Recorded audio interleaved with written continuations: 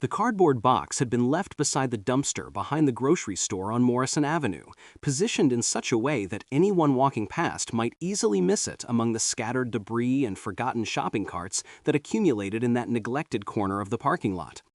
It was a cold Tuesday morning in early November, the kind of gray and bitter day that made people hurry from their cars to the warmth of heated buildings without stopping to notice much of anything at all. The temperature had dropped below freezing the night before, leaving a thin crust of ice on every surface, and the wind that swept down from the mountains carried the promise of snow that the weathermen had been predicting for days. It was not a day for lingering outside, not a day for investigation or curiosity, not a day when most people would think to look inside a soggy cardboard box that someone had clearly meant to throw away. Marcus Cole noticed the box because he noticed everything. It was a habit he had developed during his 3 tours in Afghanistan, a survival instinct that had been drilled into him through years of training and reinforced through countless moments when paying attention to small details had meant the difference between life and death. Even now, 7 years after his medical discharge, Marcus found himself scanning every environment he entered, cataloging potential threats, noting exits and entry points, observing the people around him with an intensity that sometimes made others uncomfortable.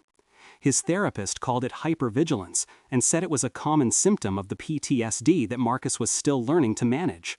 Marcus called it staying alive, and he had long since stopped apologizing for it. He had come to the grocery store for dog food, which was ironic given what he was about to find. His German shepherd, Duke, had been his constant companion for the past 5 years, a trained service dog who helped Marcus navigate the daily challenges of civilian life, and who had become, without exaggeration, the most important relationship Marcus had ever known. Duke was waiting in the truck now, his noble head visible through the passenger window, watching Marcus with the patient attention that characterized everything the dog did. They had been through everything together, Marcus and Duke, and the bond between them was something that Marcus treasured above all else in his life. The box moved. That was what caught Marcus's attention as he walked back to his truck with a 50-pound bag of premium dog food slung over his shoulder. The box, which he had initially dismissed as garbage, shifted slightly, and then he heard a sound that stopped him in his tracks. A soft, pitiful whimper that seemed to come from inside the cardboard walls. Marcus set down the dog food without thinking about it and approached the box with the cautious movements of someone who had learned the hard way that surprises were rarely pleasant. He knelt beside it, noting the way the sides had been partially crushed by rain and cold, and carefully opened the flaps to look inside. The puppy couldn't have been more than 8 weeks old. She was some kind of mixed breed, her fur a patchwork of brown and white and black that suggested multiple lineages without conforming to any recognizable pattern. She was painfully thin, her ribs visible even through her puppy coat, and she was shivering so violently that her entire body seemed to vibrate with the effort of staying warm. But it wasn't the puppy herself that made Marcus's breath catch in his throat. It was what she was clutching in her tiny mouth, pressing against her chest with desperate intensity, as if it were the only thing in the world that mattered. It was a toy rabbit, a small, worn, obviously well-loved stuffed rabbit with floppy ears and button eyes and patches where the fabric had been worn thin by constant contact. The puppy was wrapped around this toy as if her life depended on it, her body curved protectively around the rabbit, her eyes, huge and brown and filled with a fear that Marcus recognized all too well, fixed on his face with an expression that seemed to beg for help while simultaneously expecting the worst. Marcus had seen a lot of things in his life. He had seen death and destruction on scales that most people couldn't imagine. He had held dying friends in his arms and watched villages burn and made decisions that would haunt him until his last breath. He had thought himself hardened against the emotional impacts of the world, had built walls around his heart to protect himself from feelings that threatened to overwhelm him. But kneeling there in that cold parking lot, looking at that abandoned puppy clutching her only possession in the world, Marcus Cole felt something crack inside him, some barrier he hadn't even known existed, giving way before a tide of emotion he couldn't have explained if he tried. He reached into the box slowly, carefully, giving the puppy time to see his movements and understand that he meant no harm. She flinched when his hands touched her, but didn't try to run, perhaps too cold and weak to manage escape, perhaps sensing something in his touch that told her this was different from whatever cruelty had led to her abandonment. Marcus lifted her gently, rabbit toy and all, and held her against his chest, feeling the frantic beating of her tiny heart through the layers of his jacket. She was so small, so fragile, so utterly dependent on the mercy of strangers, and Marcus felt a surge of protective fury that surprised him with its intensity. Duke was watching through the truck window as Marcus approached, and the old German shepherd's ears perked forward with interest when he saw what Marcus was carrying. Duke had been trained as a service dog, not a search and rescue animal or a therapy dog for others, but he had always shown a remarkable sensitivity to creatures in distress. When Marcus opened the truck door and climbed in with the shivering puppy, Duke immediately leaned over to investigate, his nose twitching as he took in the scent of this unexpected addition to their family. The puppy, still clutching her rabbit, looked up at the massive German shepherd with those huge, terrified eyes, and Duke did something that Marcus had never seen him do before. He lay down across the bench seat and curled his body around the puppy, creating a warm cave of fur and protection that seemed to communicate, in a language beyond words, that she was safe now. Marcus sat in the driver's seat for a long moment, watching Duke comfort the abandoned puppy, feeling emotions he couldn't name washing over him in waves. He should take her to the shelter, he knew. He should drop her off with the professionals who were trained to handle situations like this, who had the resources and the expertise to find her a good home. That would be the responsible thing to do, the sensible thing, the thing that any rational person would do in this situation. But as he watched Duke's protective posture and the way the puppy had finally stopped shivering, as he looked at that ridiculous rabbit toy still clutched in those tiny jaws, Marcus knew he wasn't going to do any of those things. He drove home instead, to the small cabin in the woods outside of town where he had lived since returning from his last deployment. It was a modest place, just 2 bedrooms and a bathroom, and a kitchen that opened onto a living room with a stone fireplace that Marcus kept burning through the cold months. He had chosen it for its isolation, for the way the trees provided a buffer between himself and the noise of the world, for the peace he found in mornings spent on the porch with Duke at his feet, and nothing but birdsong to disturb the silence. It was a place of healing, his therapist said, though Marcus wasn't sure he believed in healing anymore. What he believed in was survival, and this cabin had helped him survive when nothing else could.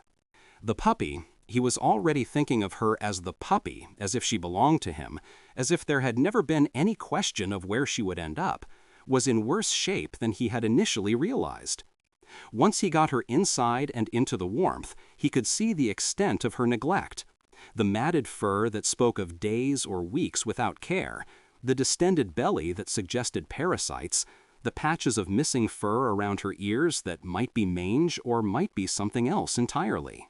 She was dehydrated and malnourished and clearly traumatized, flinching at sudden movements and sounds, her eyes constantly scanning for threats, even as exhaustion threatened to overwhelm her. But through all of it, she never let go of the rabbit. Not when Marcus carefully bathed her in warm water in the kitchen sink, washing away the grime and filth of her abandonment. Not when he dried her with soft towels and wrapped her in a blanket that still smelled of Duke. Not when he offered her food and water, which she consumed with a desperation that broke his heart all over again. The rabbit was always there, always clutched in her mouth or pressed against her chest, a talisman against the terrors of a world that had treated her so cruelly. Marcus called his veterinarian friend, Dr. Sarah Chen, who agreed to come out to the cabin that evening to examine the puppy.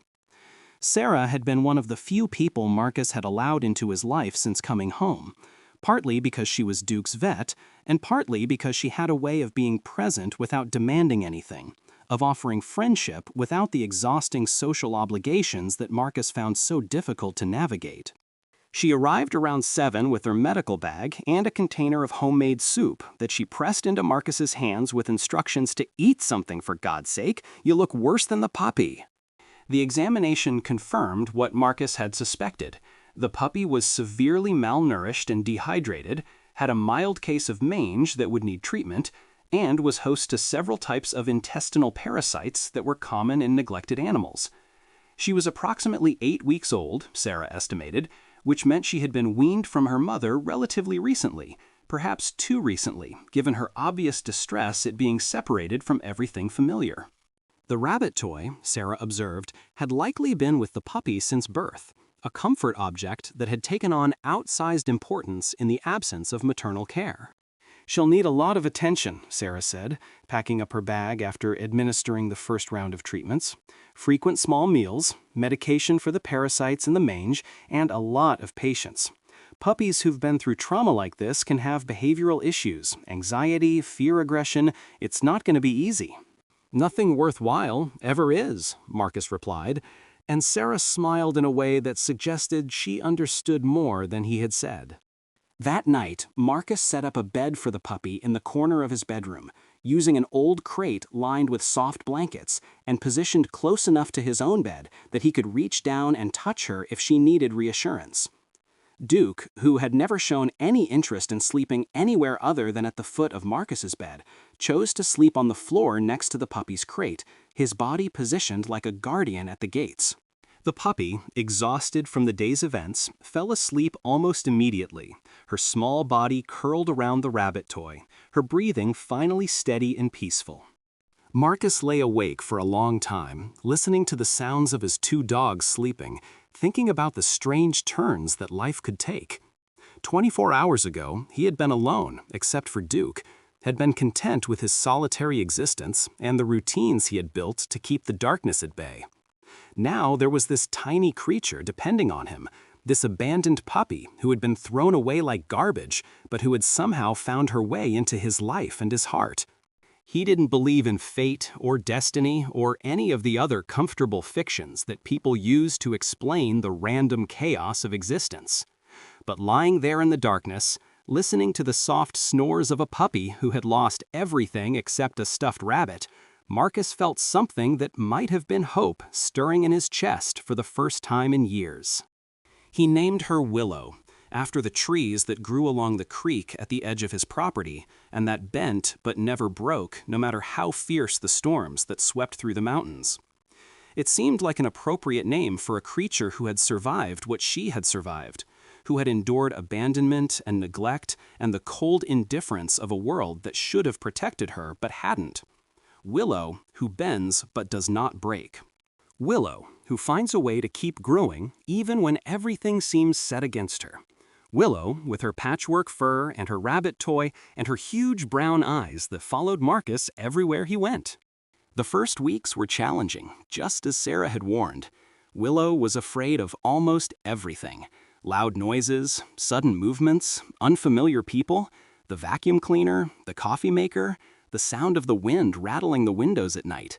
She would startle at the smallest provocation and run to her crate, clutching her rabbit, trembling with a fear that seemed to consume her entire being. Marcus recognized that fear because he had lived with it himself, because he knew what it was like to feel constantly under threat, to scan every environment for dangers that might or might not be real. He was patient with her in a way that he had never been patient with himself, speaking softly and moving slowly, and letting her come to him on her own terms. The rabbit toy, which Marcus had started calling Mr. Buttons for reasons he couldn't explain, became a crucial part of Willow's recovery. She carried it everywhere, sleeping with it, eating beside it, bringing it to Marcus as if to share her most precious possession with someone she was beginning to trust. Sarah explained that this kind of attachment to comfort objects was common in traumatized animals, and that forcing Willow to give up the rabbit would likely do more harm than good. So Marcus accepted Mr. Buttons as a member of the household, washing the toy carefully when it got too dirty, and repairing the seams when they started to come apart from constant handling. Duke became Willow's primary teacher and protector in those early weeks. The old German Shepherd seemed to understand instinctively what the puppy needed, demonstrating by example that the world was not as frightening as she believed. He showed her how to use the dog door that led to the fenced backyard, how to navigate the stairs without fear, how to greet Marcus when he came home without expecting punishment. When Willow was scared, Duke would lie down beside her and let her press against his solid warmth until the fear passed. When she was playful, he would tolerate her puppy energy with a patience that surprised Marcus, letting her climb on him and chew on his ears and generally behave in ways that would have earned a sharp correction from a less understanding dog. Watching Duke with Willow, Marcus found himself thinking about the nature of healing and what it meant to help someone recover from trauma. Duke had helped Marcus in ways that no human therapist ever could, had provided a constant presence and unconditional acceptance that had slowly, painstakingly, helped Marcus rebuild his sense of self after everything he had lost. Now Duke was doing the same thing for Willow, offering the same patient support that he had given Marcus, teaching by example that trust was possible even after betrayal. It was a beautiful thing to witness, this chain of healing that extended from one wounded soul to another, and Marcus felt grateful to be part of it. The breakthrough came about 3 weeks after Marcus found Willow, on a Saturday afternoon when the first real snow of the season was falling outside the cabin windows. Marcus was sitting by the fire, reading a book that he wasn't really seeing, when Willow approached him tentatively, Mr. Buttons dangling from her mouth as always. This wasn't unusual. She often came to sit near him, though she rarely sought direct contact. But something about her demeanor was different today, more purposeful, as if she had made a decision about something important. She dropped Mr. Buttons at Marcus's feet and looked up at him with those huge brown eyes, her tail wagging hesitantly, and then she did something she had never done before. She climbed into his lap. It was awkward and clumsy, her puppy coordination still developing, but she managed it, settling into the space between his chest and his arms and looking up at him with an expression that seemed to say, "I trust you now. I'm ready to let you in." Marcus sat very still, afraid that any movement might frighten her away, might break whatever spell had led to this moment of connection. He could feel her heart beating against his chest, fast but steady, no longer the frantic racing of a terrified animal, but the rhythm of a creature learning to feel safe. She was warm and solid and alive, this puppy he had rescued from a cardboard box beside a dumpster, and holding her felt like holding hope itself, like cradling the possibility of redemption in his arms. He cried then, for the first time since he couldn't remember when.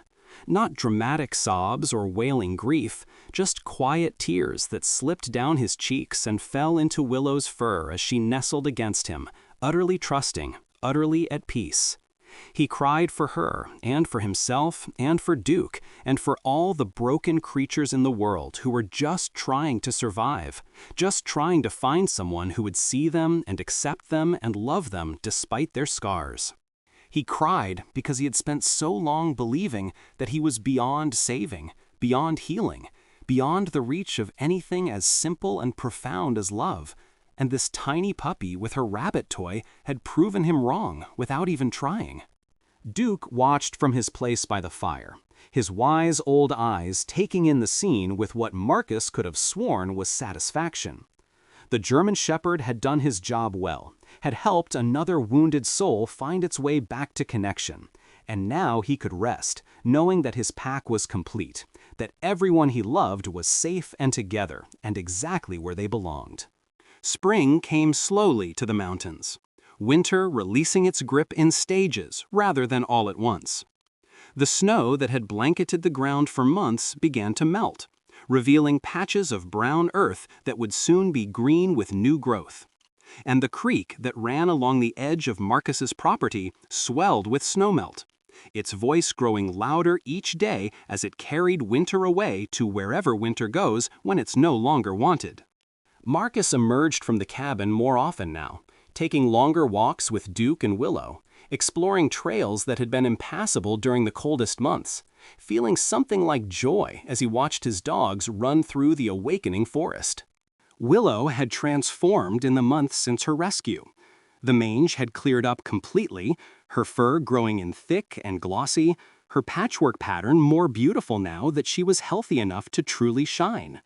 She had gained weight, her ribs no longer visible, her energy seemingly boundless as she explored every corner of her new world with the enthusiasm of a puppy discovering that life could be good. The fear that had dominated her early weeks had faded, replaced by a confidence that grew stronger each day as she learned that this home was permanent, that these people and this dog would not abandon her, that she was safe and loved and wanted. She still carried Mr. Buttons everywhere, though the toy had been repaired so many times that Marcus wasn't sure how much of the original material remained. Sarah had suggested gently that Willow might be ready to be weaned from her comfort object, that encouraging her to leave the rabbit behind sometimes might be a healthy step in her development. Marcus had tried, once, taking Mr. Buttons and putting him on a high shelf while Willow was outside playing with Duke. The distress she had shown when she came back in and couldn't find her rabbit had been so acute, so heartbreaking, that Marcus had immediately returned the toy and never tried again. Some wounds took longer to heal than others, he knew, and some never healed completely. If Willow needed her rabbit to feel safe, then Mr. Buttons would stay for as long as Willow wanted him. The story of Willow's rescue had spread through the small community in the way that such stories do in rural areas, passed from person to person until it seemed like everyone knew about the veteran who had found an abandoned puppy with nothing but a stuffed rabbit and had given her a home. People started stopping Marcus in town to ask about Willow, to share their own stories of rescued animals, to tell him what a good thing he had done. Marcus, who had spent years avoiding social interaction, found himself surprisingly tolerant of this attention, perhaps because it was focused on Willow rather than on him, perhaps because talking about his dogs was easier than talking about anything else.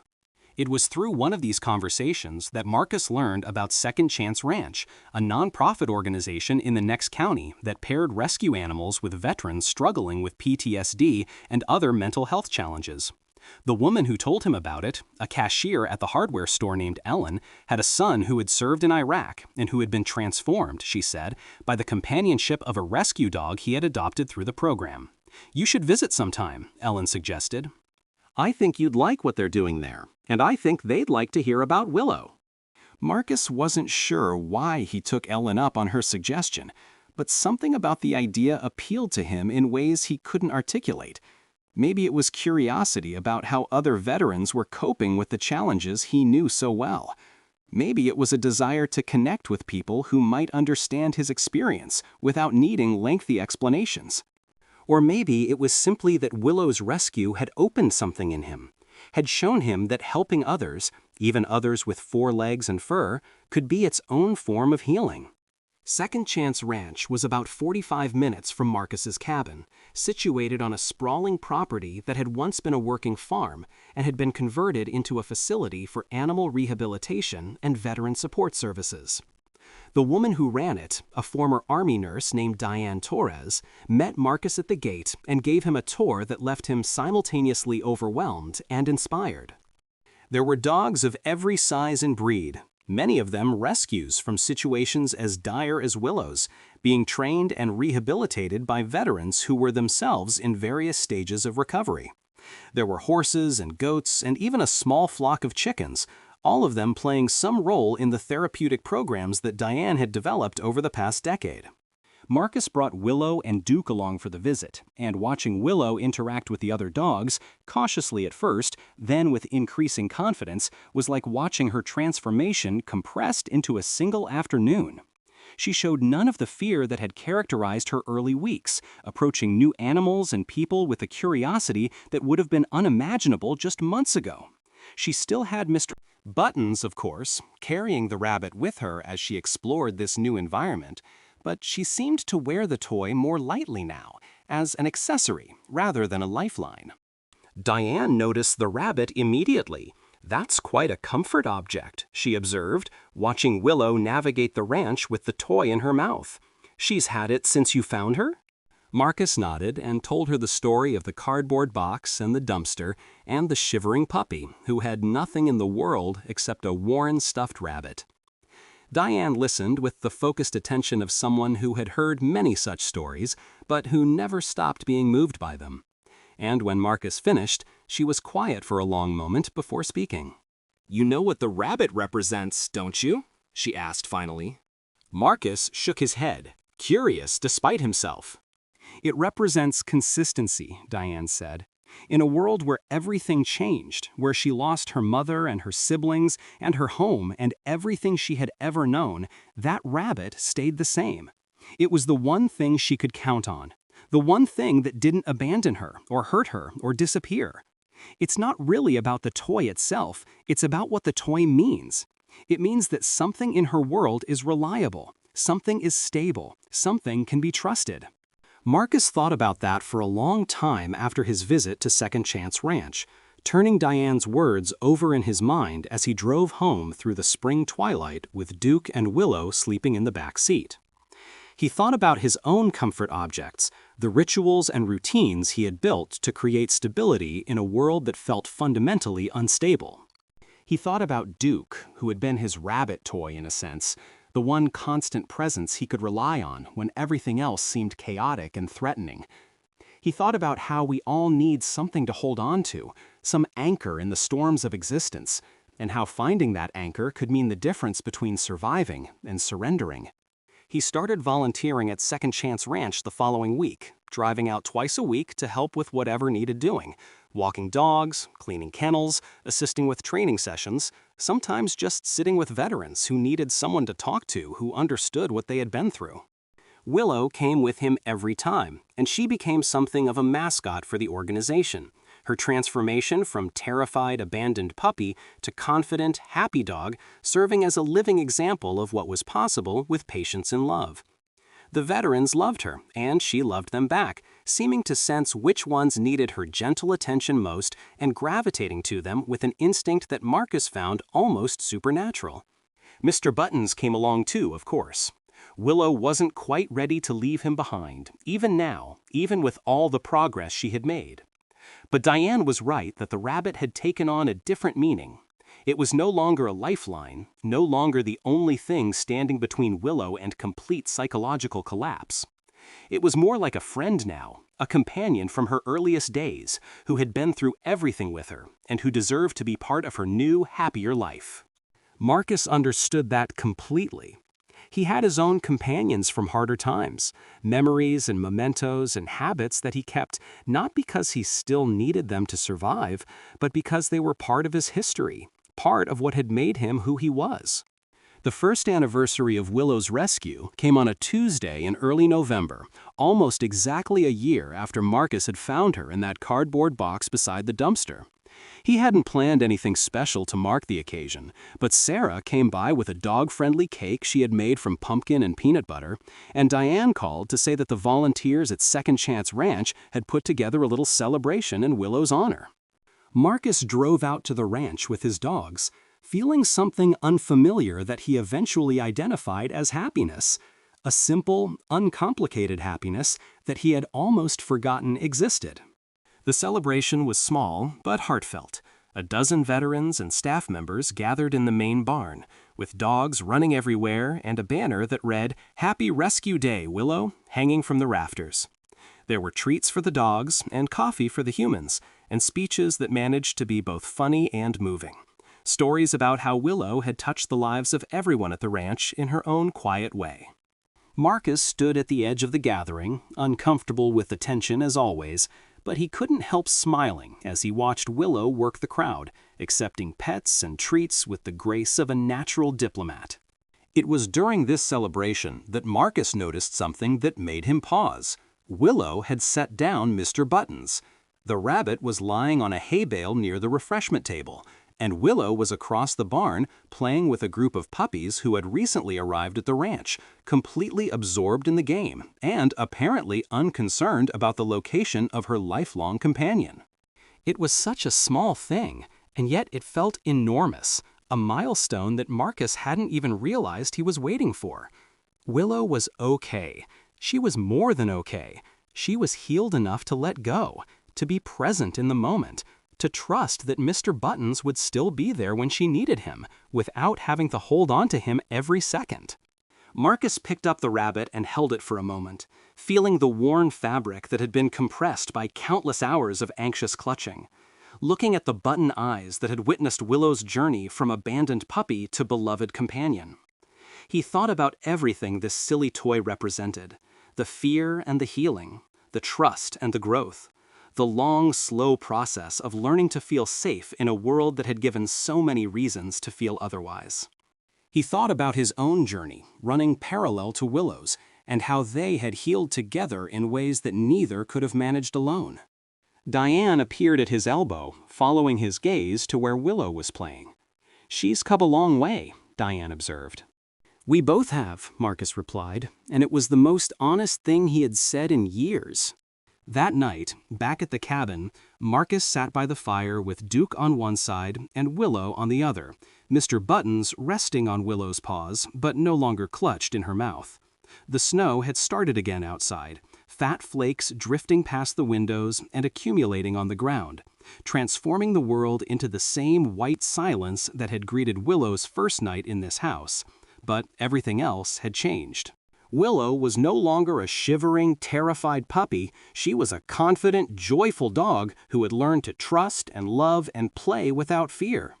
Duke was no longer carrying the weight of Marcus's recovery alone. He had backup now, a partner in the endless work of keeping their human functional and connected to the world. And Marcus himself. Marcus was different too, in ways he was only beginning to understand. He had spent years believing that he was broken beyond repair, that the damage he had sustained in war had fundamentally altered who he was in ways that could never be undone. He had accepted isolation as his lot in life, had built his cabin fortress in the woods, and resigned himself to an existence of managed symptoms and careful avoidance. He had not expected to feel joy again, had not expected to find purpose again, had not expected to love again. Not a romantic love, perhaps, but something equally powerful, the love of a dog who had needed him as much as he needed her. Willow had taught him that healing was possible, even when it seemed impossible. She had shown him that trauma didn't have to be a permanent prison, that with patience and support and unconditional love, even the most wounded spirits could learn to trust again. She had demonstrated through her own recovery that the past didn't have to determine the future, that every day offered new opportunities to choose hope over despair, connection over isolation, life over mere survival. And Mr. Buttons, that ridiculous rabbit toy that had been Willow's only companion in those darkest days, had taught Marcus something too. It had taught him that we all need something to hold on to when the world becomes too frightening to face alone. It had taught him that there was no shame in needing comfort, no weakness in seeking support, no failure in relying on external anchors when internal resources were depleted. The rabbit had been exactly what Willow needed, exactly when she needed it, and Marcus realized that he had his own rabbits, Duke, his cabin, his routines, his slowly expanding circle of connections, and that needing them didn't make him weak, it made him human. The years that followed were the happiest of Marcus Cole's life, which was something he never would have predicted and still sometimes struggled to believe. He continued his work at Second Chance Ranch, eventually transitioning from volunteer to part-time staff member, using the skills he had developed in the military to help train dogs and support the veterans who came to the program seeking the same kind of healing he had found. He became known in the community as someone who could be trusted with the hardest cases, the dogs who had been so abused or neglected that others had given up on them, the veterans whose wounds were so deep that conventional therapy hadn't been able to reach them. Willow was always by his side in this work, her own history of trauma making her uniquely suited to connect with creatures who were struggling. She seemed to know instinctively which dogs needed a gentle approach and which needed more active engagement, and her presence had a calming effect on anxious animals and humans alike. Veterans who couldn't open up to Marcus would sit with Willow, petting her soft fur and telling her things they couldn't tell anyone else, and somehow that was enough to start the healing process. She was a bridge between worlds, between the isolation of trauma and the connection of recovery, and Marcus marveled at how this puppy he had found in a cardboard box had become such a powerful force for good in so many lives. Mr. Buttons remained a part of their household, though his role had changed over the years. Willow no longer needed the rabbit constantly by her side, but she still sought him out in moments of stress or uncertainty, and Marcus made sure the toy was always available.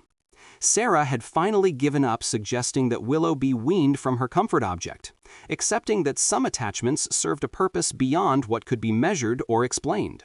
The rabbit had become a symbol of everything they had overcome together, a reminder of where Willow had started and how far she had come.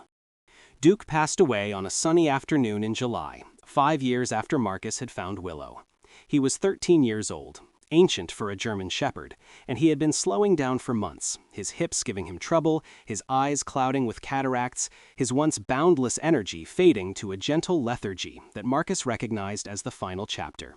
He died peacefully in his favorite spot by the fireplace, with Marcus and Willow beside him, and Mr. Buttons tucked under his paw. It was the kind of death that everyone wishes for their beloved dogs, and so few get to witness, quiet and pain-free and surrounded by love. Marcus grieved deeply for Duke, feeling the loss like a physical wound in his chest. Duke had been his anchor through the hardest years of his life, had pulled him back from the edge countless times, had taught him that connection was possible, even when it seemed impossible. The cabin felt empty without the old dog's presence, and Marcus found himself reaching out instinctively to pet a companion who was no longer there. But he had Willow, and Willow had him, and together they navigated the grief with the same patience and presence that they had brought to everything else. Some nights, Willow would bring Mr. Buttons to Marcus and lay the rabbit in his lap, as if she understood that sometimes humans needed comfort objects too.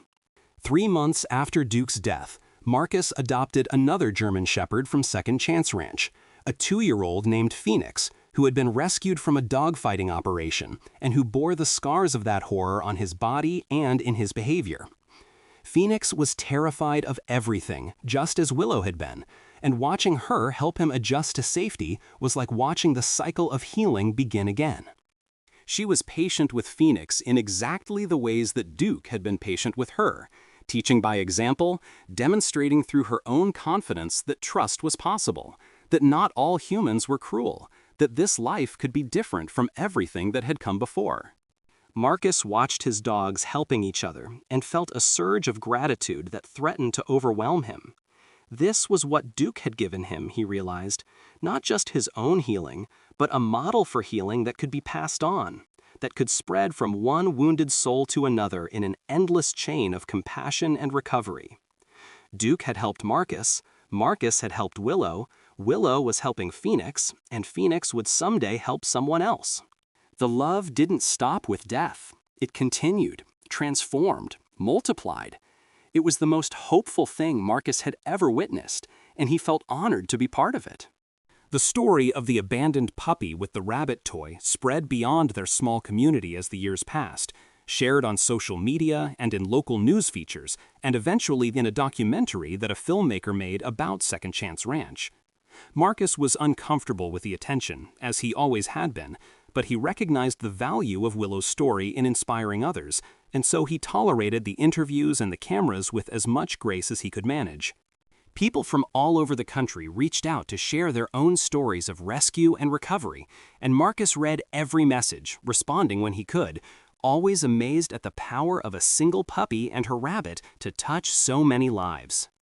A children's book was written about Willow, illustrated with beautiful watercolors that captured her patchwork fur and her expressive eyes, and, of course, Mr. Buttons. The author had visited the ranch and spent time with Willow, had seen the way she connected with the veterans and the other dogs, had heard the whole story from Marcus on a quiet afternoon when the light was golden and the world seemed full of possibility. The book was called Willow's Rabbit, and it told a simplified version of her journey, appropriate for young readers, but honest about the challenges she had faced. It ended with Willow surrounded by friends, human and animal, with Mr. Buttons still by her side, but no longer clutched with desperate intensity. Some things we need only for a while, the book concluded, and some things we need forever. Willow learned to tell the difference. Marcus kept a copy of the book on his nightstand, though he rarely opened it anymore. He didn't need to. He knew the story by heart, had lived it from the first moment to the present day, and would live it until his last breath. The book was a nice tribute, a way of sharing Willow's story with people who would never meet her, but the real story continued unfolding every day, in moments too small and too precious to capture in words or pictures. Willow grew old, as all dogs do, her muzzle graying and her steps slowing, and her eyes acquiring the wise, distant look of a creature who has seen much and understood more. She remained active at the ranch long past the age when most dogs would have retired, still connecting with veterans and rescue animals, still serving as a living example of what recovery could look like. Phoenix had become her constant companion after Duke's death, and the two of them were inseparable, a bonded pair who seemed to communicate in ways that transcended the usual boundaries between animals. Mr. Buttons had been repaired so many times that he was more patch than original fabric, a ship of Theseus in rabbit form. Marcus had offered to replace the toy more than once, had found identical rabbits online and presented them to Willow as alternatives, but she had always rejected them, returning stubbornly to the original even as it fell apart around her. Marcus understood. It wasn't about the physical object. It was about the history, the journey, the memories stitched into every worn seam and faded patch. You couldn't replace that with something new, no matter how similar it looked. On Willow's 10th rescue anniversary, Marcus threw a party at the ranch, inviting everyone who had been part of her journey over the years. Sarah came, of course, and Diane, and dozens of veterans who had been touched by Willow's gentle presence. There were dogs everywhere, many of them rescues, who had passed through Second Chance Ranch and found their way to loving homes, returning now to celebrate the dog who had inspired so many. Marcus had expected to feel overwhelmed by all the attention, but instead he felt something like peace, a deep satisfaction in seeing the community that had grown up around this one abandoned puppy and her rabbit toy. The highlight of the party was a slideshow that one of the volunteers had put together, showing photographs of Willow from every stage of her life. There she was in the cardboard box, tiny and shivering, clutching Mr. Buttons with desperate intensity. There she was a few weeks later, still thin but healthier, watching Duke with an expression of wonder and hope. There she was as a young dog, running through the snow with her rabbit in her mouth, pure joy radiating from every line of her body. And there she was now, gray-muzzled and dignified, still carrying Mr. Buttons, but carrying him lightly, as a friend rather than a lifeline. Marcus watched the slideshow with tears in his eyes, overwhelmed by the journey it represented. 10 years ago, he had been a broken man, living in isolation, managing his symptoms and counting the days until he wouldn't have to manage them anymore. He had found a puppy in a box, and everything had changed. It was such a simple story when you told it that way, but simple didn't mean easy, didn't mean the countless small moments of patience and love and presence that had accumulated over a decade to create this outcome. Simple was the miracle, Marcus realized. Simple was what made it universal, made it possible for anyone who heard the story to believe that they too might find their abandoned puppy, their rabbit toy, their path to healing. After the party, after the guests had left and the ranch was quiet again, Marcus sat in the main barn with Willow and Phoenix, watching the sunset through the open doors. Willow was tired from all the excitement and had laid her head in his lap, Mr. Buttons tucked under her paw as always. Phoenix was stretched out nearby, keeping watch over his packmates with the vigilance that he had never quite outgrown. Marcus stroked Willow's soft ears and thought about everything they had been through together, everything they had taught each other, everything they still had left to share. "Thank you," he said softly, not sure if he was talking to Willow or to the universe or to whatever force had led him to that dumpster on that cold November morning. "Thank you for finding me. Thank you for letting me find you. Thank you for everything." Willow looked up at him with those huge brown eyes that had first captured his heart a decade ago, and Marcus could have sworn he saw understanding there, saw recognition of everything he was trying to say. She licked his hand once, gently, and then settled back into sleep, secure in the knowledge that she was loved, that she was safe, that she would never be abandoned again. Willow passed away 3 months after her 10th rescue anniversary, on a February morning when the snow was falling softly outside and the fire was crackling in the cabin's stone hearth. She had been declining for weeks, her old body finally giving out despite the spirit that had remained strong until the very end. Marcus had known it was coming, had prepared himself as best he could, but nothing could truly prepare a person for the loss of a dog who had meant so much.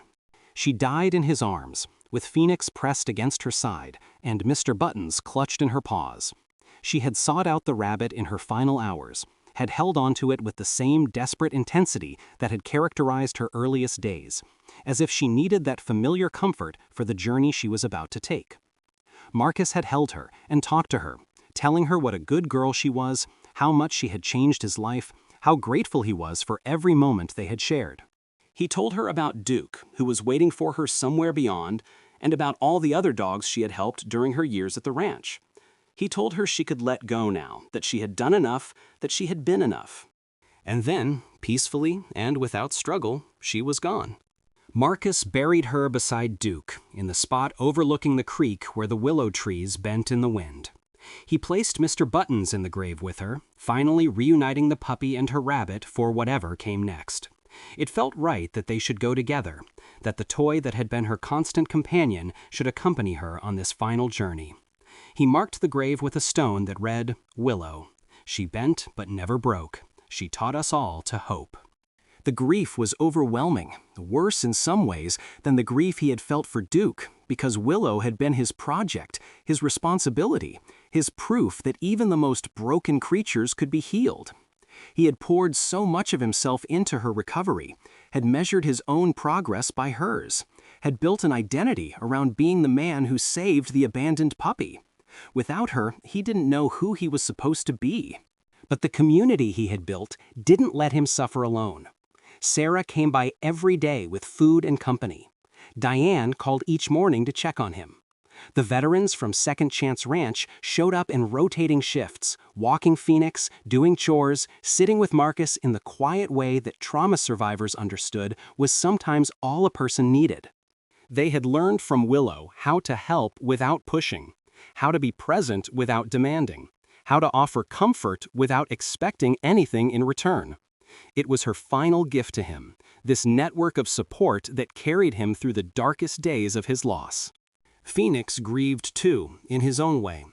The big German shepherd had lost his teacher, his protector, his best friend, and for weeks he was listless and withdrawn, refusing food and spending hours lying by Willow's grave.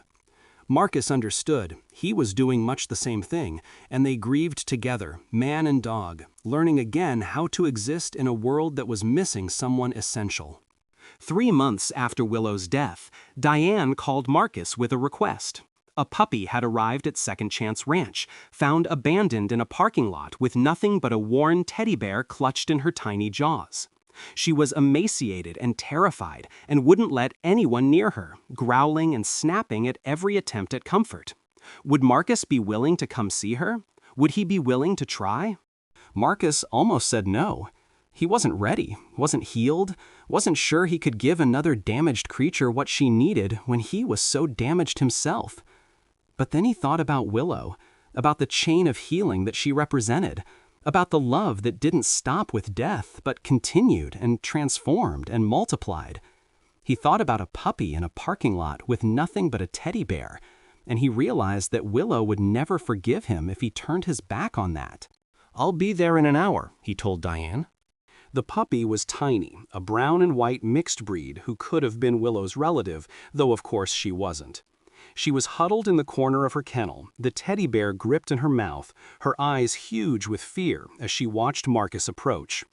He had seen that look before, had seen it in Willow's eyes that first day beside the dumpster, had seen it in Phoenix and in countless other dogs who had come through the ranch.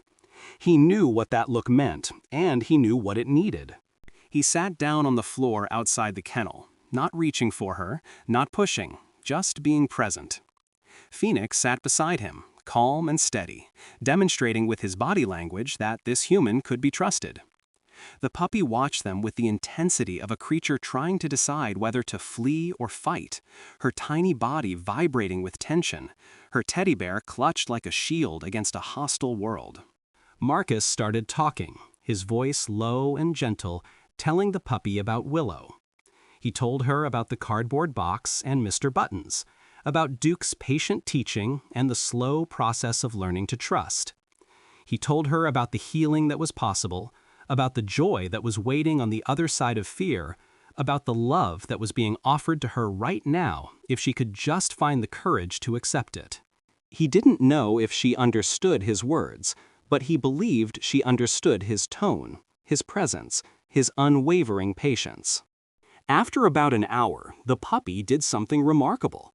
She set down her teddy bear, walked to the front of the kennel, and pressed her nose against the wire, sniffing at Marcus's hand.